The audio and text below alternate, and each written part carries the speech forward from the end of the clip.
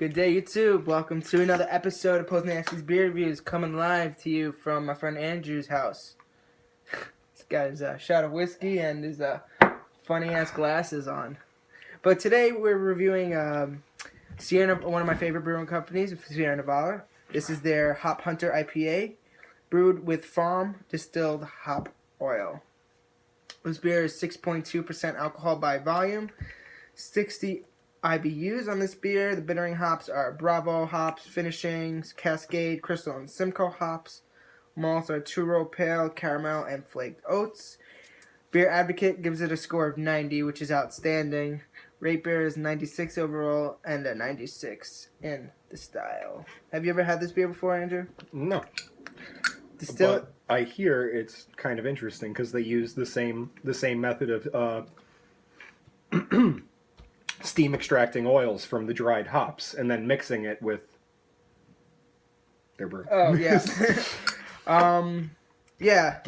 So, let's see. Without further ado, let's open up this beer. I'm using my Cigar City Brewing bottle opener that I got in Florida when I went down there. Can't wait to get into this beer. I've never had this one before. On the bottle, it says, steam distilled hop oil gathered right in the hop fields gives a mighty boost to the floral and citrus notes of traditional whole cone hops for intense, unmatched hop aromatics. Is that good? What is that? This? Yeah. This is Dunhill Tobacco. Oh. Early morning pipe.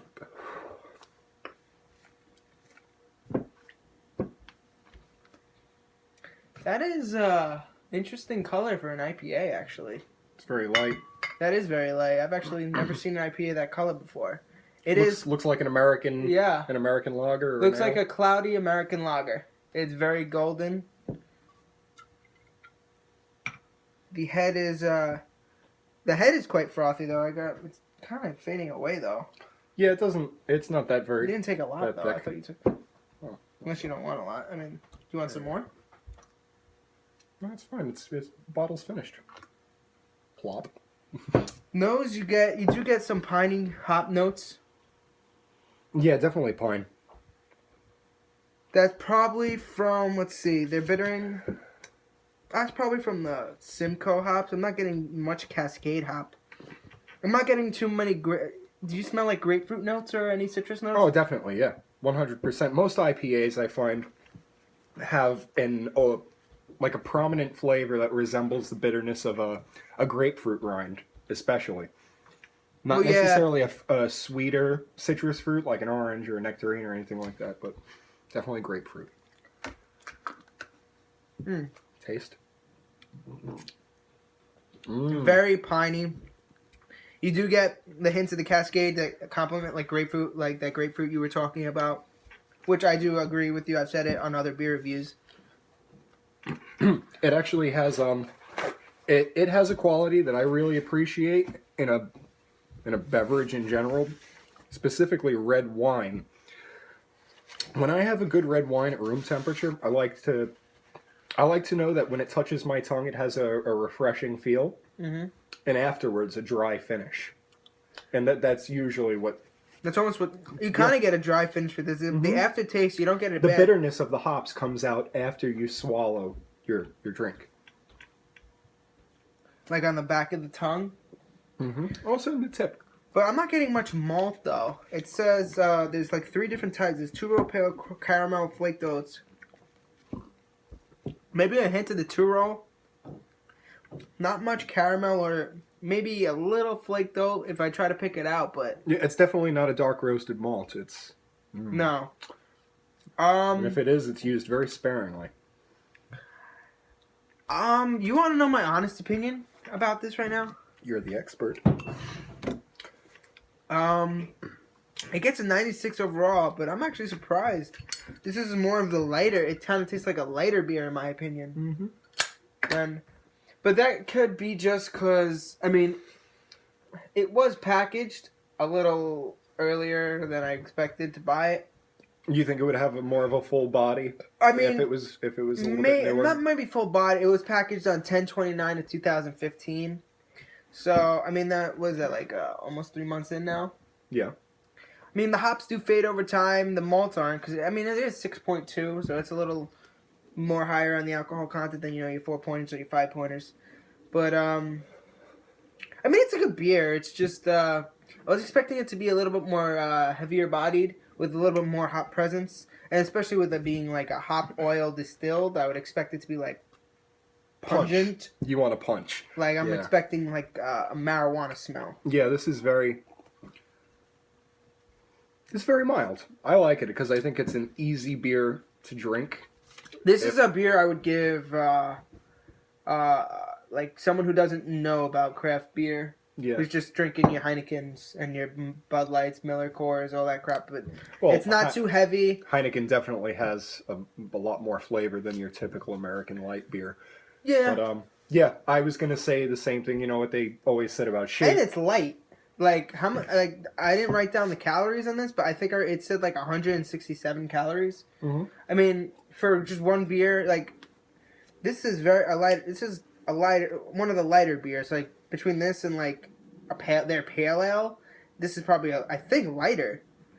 I was gonna say if you want to find a medium between a Schaefer and an IPA, a very stereotypical IPA.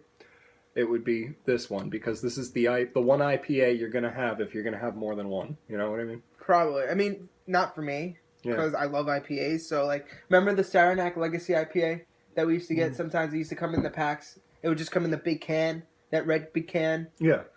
Yeah, those I love. I used to drink like 3 of those, and I'd be bombed. But, you're a light drinker. And he's drinking his fucking Dewar's. Yeah. I had it before. It was good, but I'm more of a bourbon whiskey kind of guy. I like some nice bourbon.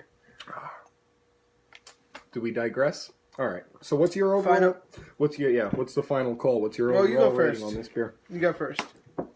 I say I'd give it a 7 out of 10. Okay, I'll go with that. I agree. 7 out of 10. I like it. It has all the characteristics of a beer I like. Like it has the Cascade hop, the grapefruit notes that I do like. It has some malt presence. It's just a little lighter than I thought. So, but they do have the data on the bottle, which is good. They have the alcohol by volume. I don't think they also have the IBUs on the bottle, which is the International Bittering Unit. So you got all the information you need. You got the commercial description on the bottle. What kind of foods do you think this would pair well with? Excuse me. Maybe some like pungent cheeses, maybe? Definitely. Like a gorgonzola or... If you're the kind of person that likes, I guess a fairly strong beverage after a day of work with a nice hearty dinner. Maybe steak, even I would say pork sausage, anything... I think this would go well with very heavy. Maybe a pasta dish.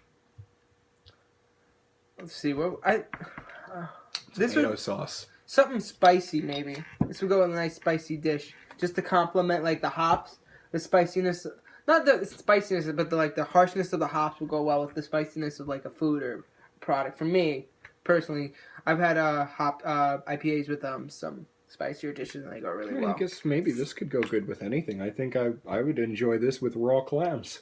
I'll take clams on the half shell with this. Yeah. Well, anyway, guys, that's it for this review. As always, if you like the reviews, please rate, comment, subscribe, and request comment down below. Let me know what you think. Hopefully, we'll have another beer review coming in live from Andrew D'Angelo's. Actually, sorry, Dad. It's not live. It's not live. No, this is recorded. Pre-recorded for you. House. Take care. I'm a laymaner. See you later. Later.